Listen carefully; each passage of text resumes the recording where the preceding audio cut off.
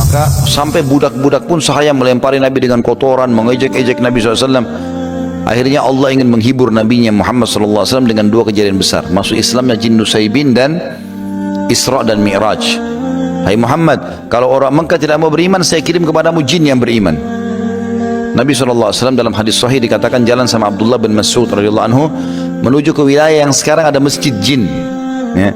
Sebenarnya bukan ada jinnya, tapi hanya mengenang kisah itu. Ya, kalau Bapak Ibu lagi umroh haji biasanya ada ditulis Saudi buat masjid, dinamakan Masjid Al-Jin.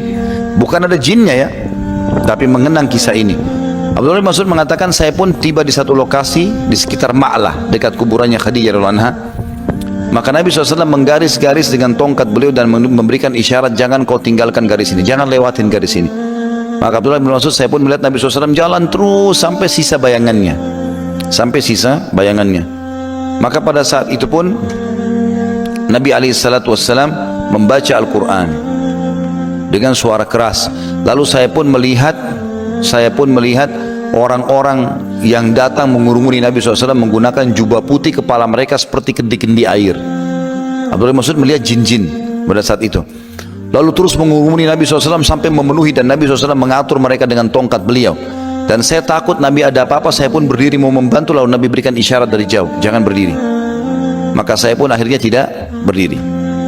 Lalu Nabi SAW pun mengatur mereka lalu membacakan ayat-ayat Al-Quran. Setelah itu mereka bubar, hilang semuanya.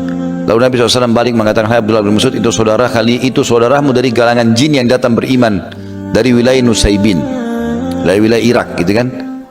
Kemudian kalau kau lewatin garis tadi ini, maka mereka akan mengeroyokimu, hai Abdullah bin Mas'ud. Makanya saya kasih isyarat jangan. Jadi ada ya hiburan Nabi SAW yang datang pada saat itu dengan masuk Islamnya jin Nusaybin ya.